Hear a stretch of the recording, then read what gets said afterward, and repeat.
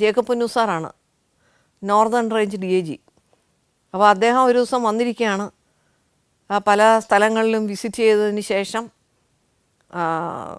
ആറളം ഫാമിൽ ഒരു government guest house ഉണ്ട്, അവിടെ വെച്ചാണ് അതിനടുത്തുള്ള ഏതോ സ്ഥലങ്ങളൊക്കെ വിസിറ്റ് ചെയ്തതിന് ശേഷം ഞങ്ങളെല്ലാവരും അവിടെ ഊണ് കഴിക്കാനായിട്ട് വന്നിരിക്കുകയാണ്.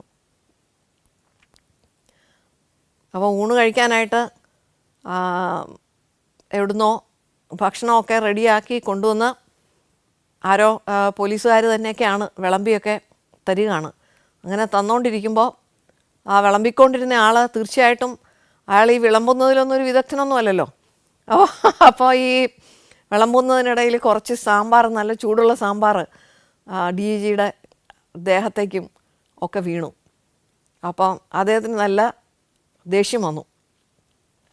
അപ്പോൾ അദ്ദേഹം പറഞ്ഞു, അവൻ വിളമ്പാൻ വരുന്നത് കണ്ടപ്പോഴേ എനിക്ക് തോന്നിയതാണ് അതെൻ്റെ മേത്തോട്ട് ഒഴിക്കുമെന്ന്, അത് തന്നെ സംഭവിച്ചു എന്ന് പറഞ്ഞു.